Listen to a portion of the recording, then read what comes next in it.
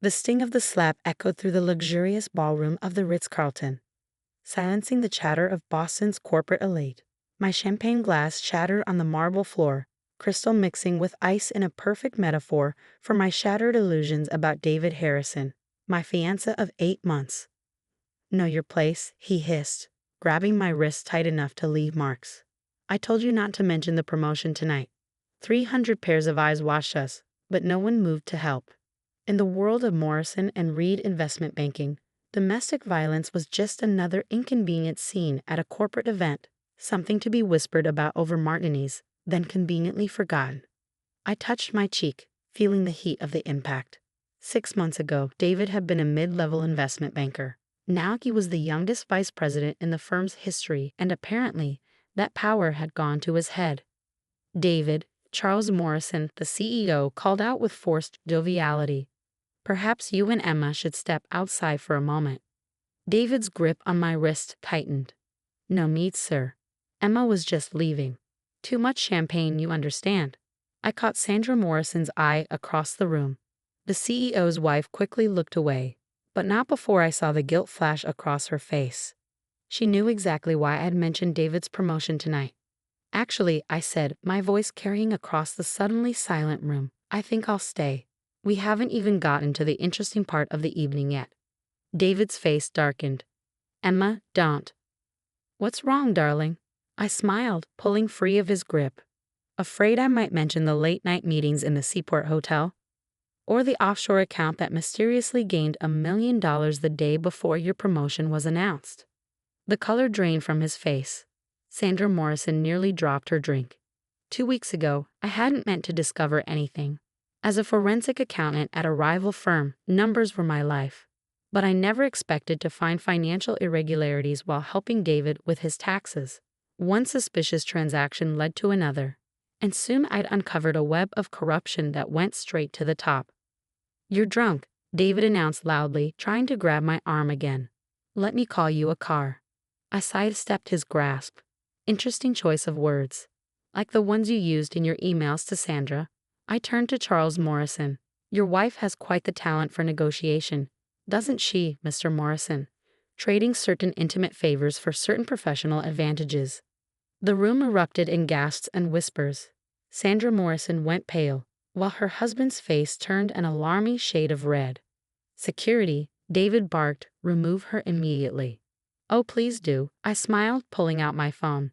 I'm sure the SEC would love to hear why I was forcibly removed after mentioning financial irregularities at a publicly traded company. Charles Morrison raised his hand, stopping the approaching security guards. "Miss Walker, perhaps we should discuss this in my office." "Let's discuss it right here," I replied, my voice steady despite my racing heart. "Let's talk about how David suddenly had the money to buy that Beacon Hill townhouse. Or how certain trades were backdated to maximize profits. Or maybe," I turned to face the crowd of banking executives, "we should discuss the systematic fraud that's been happening under everyone's noses." David lunged forward, his hand raised for another slap. But this time I was ready. I stepped back, watching him stumble. "Touch me again," I said quietly, "and the FBI gets everything." "You're bluffing," he snarled. "You've got nothing." I opened my phone's gallery, projecting it onto the massive screen behind the stage where the band had been playing. Emails, bank statements, hotel receipts, and surveillance photos filled the display. 4 months of evidence say otherwise. Did you really think I wouldn't investigate when you suddenly had millions? I'm a forensic accountant, David. Numbers are literally my job. Sandra Morrison was already heading for the exit, but 2 men in suits blocked her path. They weren't hotel security. "Good evening," one of them announced, showing his badge. "FBI, Financial Crimes Division. We'd appreciate it if everyone stayed put for a few minutes." David's swagger finally cracked. "Emma, baby, we can talk about this. Like we talked about it when you slapped me. Or like we talked about it when you threatened to ruin my career if I didn't stay quiet." I touched my cheek again, using the pain to fuel my resolve. "The time for talking is over." More FBI agents entered the ballroom, moving purposefully toward specific executives. My anonymous tip had named names, provided proof, and exposed a fraud scheme worth hundreds of millions. "You stupid bitch," David spat, all pretense of civility gone. You have no idea what you've done." I smiled, the same confident smile he'd given me when proposing with a ring I now knew was bought with stolen money. "Actually, I know exactly what I've done. I've gotten justice." Charles Morrison was already speaking frantically with his lawyers in the corner. Sandra had sunk into a chair, mascara running as she realized her perfect world was crumbling. And David stared at me with pure hatred, finally showing his true face. "Miss Walker," an FBI agent approached. "We'll need your official statement." I nodded, reaching up to unclasp the expensive necklace David had given me last week. "Of course, and I have more documentation at home." Amazing what you can find when your fiancé thinks you're just the pretty girl who's good with spreadsheets. As the agents began reading rights and making arrests, I walked toward the ballroom exit. The same banking executives who'd watched David slap me now stared in shocked silence as their colleagues were led away in handcuffs. My phone buzzed. A message from my boss. "Saw the news breaking. Your job is safe. In fact, how do you feel about a promotion?" I stepped into the cool Boston night, hearing the chaos continue behind me. Tomorrow, the financial world would be rocked by scandal. Careers would end, reputations would shatter, and one of Boston's most prestigious firms would face serious questions. But tonight, I touched my bruised cheek and smiled. Sometimes the best revenge isn't just exposing the truth, it's making sure everyone pays for their sins. David's voice carried from the ballroom. "Emma, you've ruined everything." I turned back one last time. "No, David, you did that the moment you thought you could hit me and get away with it." The morning after the gala, Boston's financial district was in chaos. I sat in my firm's conference room, watching multiple news channels cover the scandal. David's face was plastered across every screen, along with headlines screaming about fraud, corruption, and illicit affairs. Morrison and Reed, VP, arrested in million-dollar fraud scheme. FBI raids top investment firm following whistleblower tip. Power, money, and sex. The downfall of Boston's banking elite. My phone hadn't stopped buzzing since dawn. Most calls were from reporters, but some were from other women, employees at Morrison and Reed who'd suffered similar abuse but had been too afraid to speak up. "Miss Walker," my assistant poked her head in. "The FBI agents are here for your formal statement, and your ex-fiance's mother is in the lobby." Eleanor Harrison, Boston's self-proclaimed social queen and David's biggest enabler. Of course she'd come for damage control. "Send in the FBI first," I said, touching my still bruised cheek. "Mrs. Harrison can wait." Two agents entered, the same ones from last night. Agent Carter, the lead investigator, sat down across from me. "The evidence you provided is incredible, but we need to know, how long have you been gathering it?" I opened my laptop, pulling up encrypted files. It started 4 months ago. David asked me to help with some tax documentation. That's when I noticed the first discrepancy. I showed them the timeline I created. Suspicious transfers, backdated trades, mysterious deposits that coincided with Sandra Morrison's hotel visits. What had started as one questionable transaction had led to a massive web of corruption.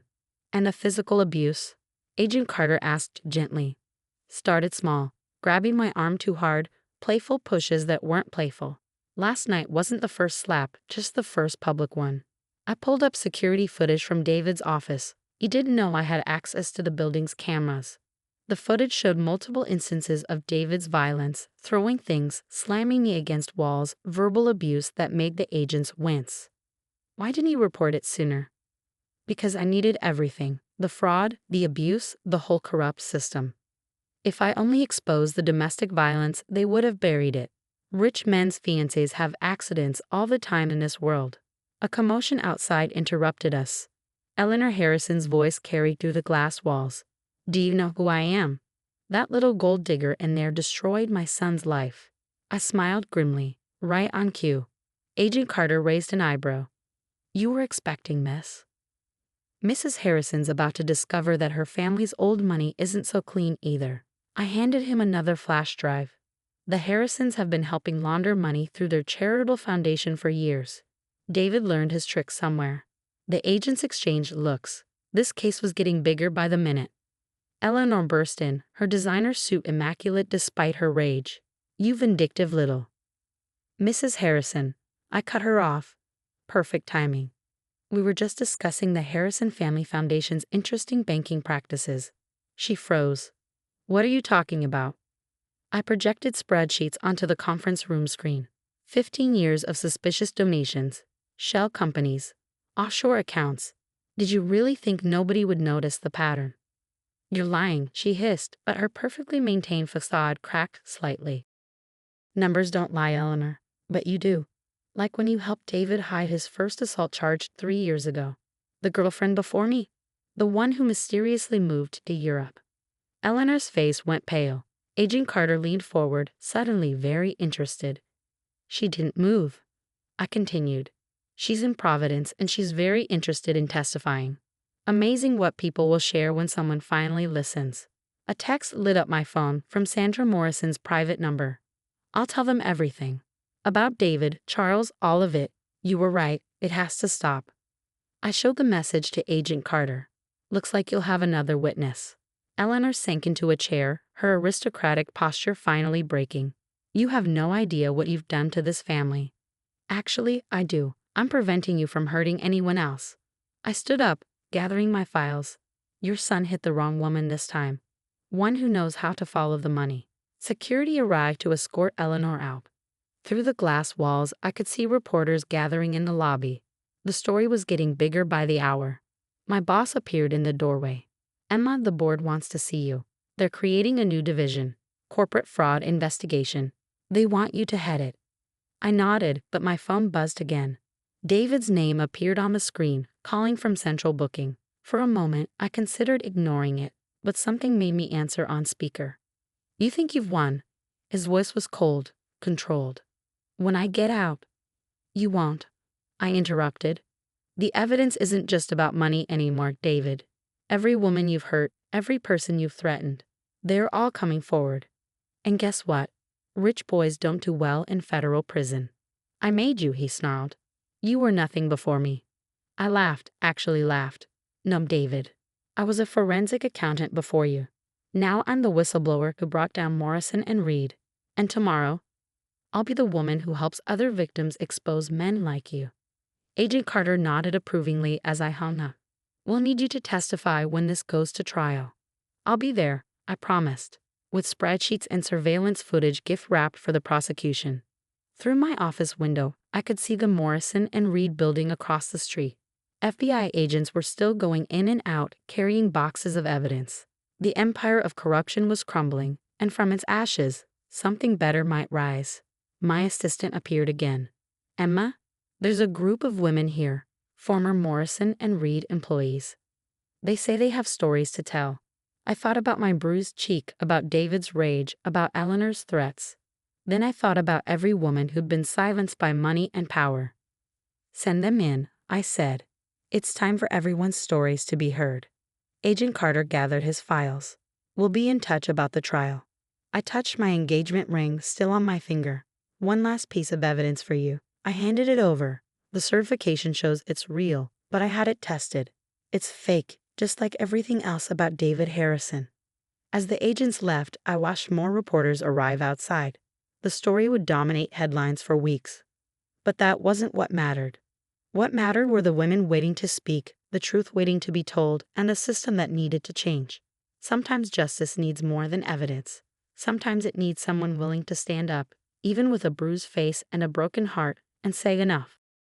1 year later, I stood in the federal courthouse, watching David Harrison being led away in handcuffs. 15 years for fraud, money laundering, and witness intimidation. The domestic violence charges had been the final nails in his coffin. 5 women had ultimately testified about his abuse. Sandra Morrison had turned state's evidence, bringing down her husband and half the executive board with her testimony. The Harrison Family Foundation was under federal investigation, and Eleanor Harrison had fled to Switzerland, though Interpol was closing in. Ms. Walker? A young woman approached me outside the courtroom. I'm Jessica from Morrison and Reed. Well, what used to be Morrison and Reed? I wanted to thank you. The firm had been reorganized, renamed, and rebuilt from the ground up. My new corporate fraud investigation division had helped with the transformation, implementing systems to prevent future abuse of power, both financial and personal. How's the new management treating everyone?